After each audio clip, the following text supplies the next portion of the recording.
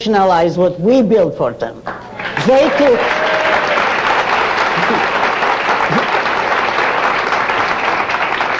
took our oil. Well, what do you mean it's not our oil? It's not our. We don't own Saudi Arabia. They do. We own by contract right the installations which we devised to begin with, and we helped them to build. But it sounds like you're saying because we exported our technology, therefore they owe it. That sounds like the altruism that you condemned a moment ago. How? Altruism is the unearned, and this we earned, and they nationalized from us. They have no right to their soil if they do nothing with it. Well, rights are not involved in those primitive societies, but they make a deal with us. They want to bring us in to develop their oil, and then they try to exploit and to literally murder us by means of that oil. That is the unforgivable crime. They would argue that, I mean, some in the Middle East would argue that it's, first of all, it's their oil. They're grateful for whatever technology we were able to share with them, but they will claim that they paid for that, that they responded by presenting us with monies that were appropriate to the services we tendered them, and that let's not expect any favors for them, and that the world markets of laws of supply and demand should determine what the price of oil is. They wouldn't be in a position of monopoly that they have today if we hadn't calmly agreed to let them nationalize okay, then that's our problem. Then we should have been more foresighted when we... Oh, certainly, that I agree with. All right, well, why should we make them pay now for what we failed to put into our contract with them? We're not making them pay. Well, we are if we're insisting on getting oil at a cheaper price. We merely bargain and give in every time. Right. And in a proper society, a government would never let it come that far. But let me answer one point you made, that is their oil. No, it isn't. It was there for centuries, and they didn't know what to do with it. We don't export our technology. We export our minds and our knowledge, without which they couldn't exist, and they admit it. They nationalized oil in a lot of those countries, and then want the Americans or a few Europeans to come and help them run it. They can't even run the oil industry after they've copied everything from us. It can't be done. So they're expropriating, you see. Okay, I just want to get this in before we break. You're an atheist. Yes. I could do the same to you, you know. Why?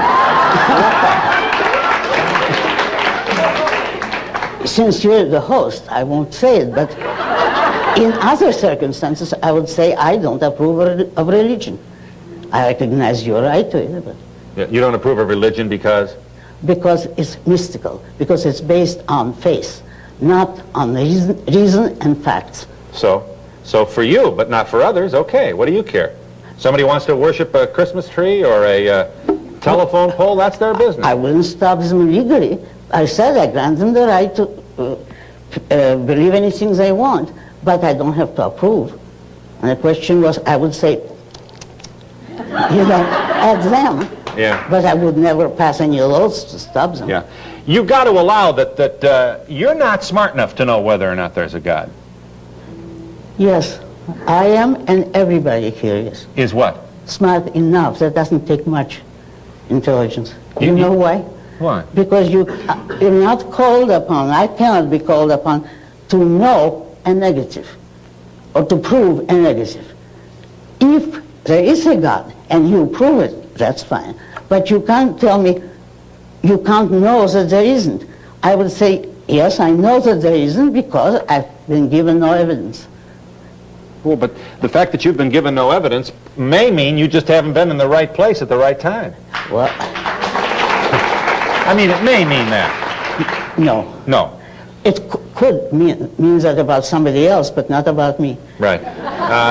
Okay. Because I'm interested in this. Sure. I honestly don't want to be theatrical about this, and I'm not suggesting that you haven't been in this dialogue before, but I still have a lot of problems with, I think atheists are as arrogant as many of the so-called Christians or religionists that you decry. I'm saying... Arrogant in what way? In that you are here with your certainty saying there is no God, and anybody who believes there is there's almost a suggestion that you're foolish if you believe that there is. And I think that's a little arrogant and condescending. No, I don't call it foolish. I would have, if you want me to tell the truth, I think it's a bad sign psychologically. It is a sign of a psychological weakness, of a man who is afraid to stand on his own mind and his own responsibility. Because you see, the absence of proof has gone on for centuries. Every argument for the existence of God is incomplete, improper, and has been refuted, and people go on and on because they want to believe. Well, I regard it as evil to place your emotions, your desire, above the evidence of what your mind knows. Okay, and I regard it as intellectually lazy to look at the universe and to suggest, as you seem to be doing, that this is all some accident. I didn't say that.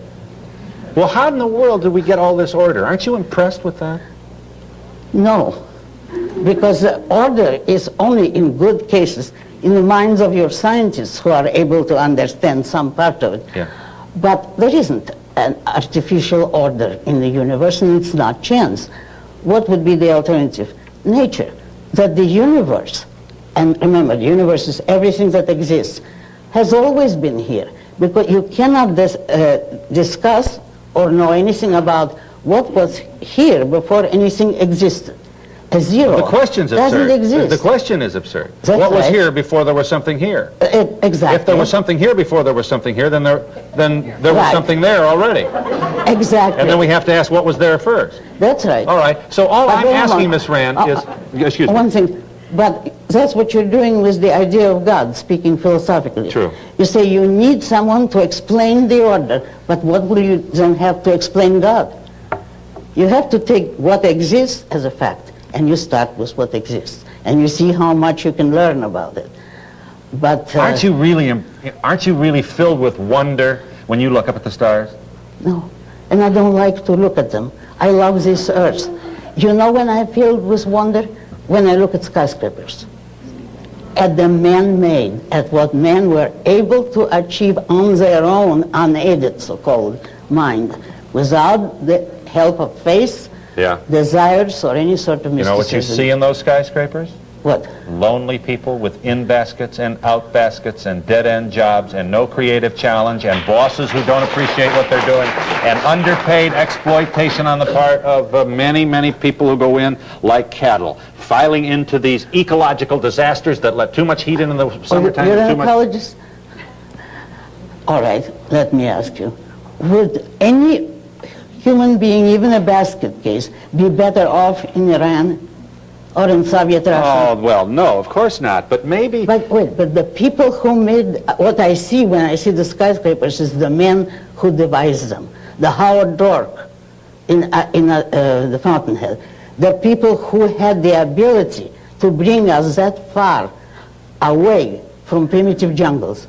Now that's the achievement. And observe, in this country, the poorest, most handicapped person is better off than a fully abled man almost everywhere else in the world. You were born, I should say, just in Tsarist Russia, Yeah. 19-something. 1905. You're 75 years old. That's right. Thank you. Didn't your family flee the Russian Revolution? No. They didn't. Yes. You fled in the 20s then. You left in the 20s. I left in 1926, alone. All right. Did you leave in fear, or do you have childhood memories of the... In fear of what? Of Russia? Yeah. In complete loathing. Loathing. For the whole country, and including the Tsarist period.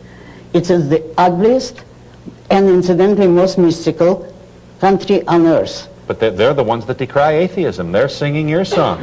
Oh, no. To the people, huh? Oh, no. I'm sorry, decry Christianity. I'm sorry, decry religion is what I meant to say. No, they really don't. They have a materialistic mysticism of their own.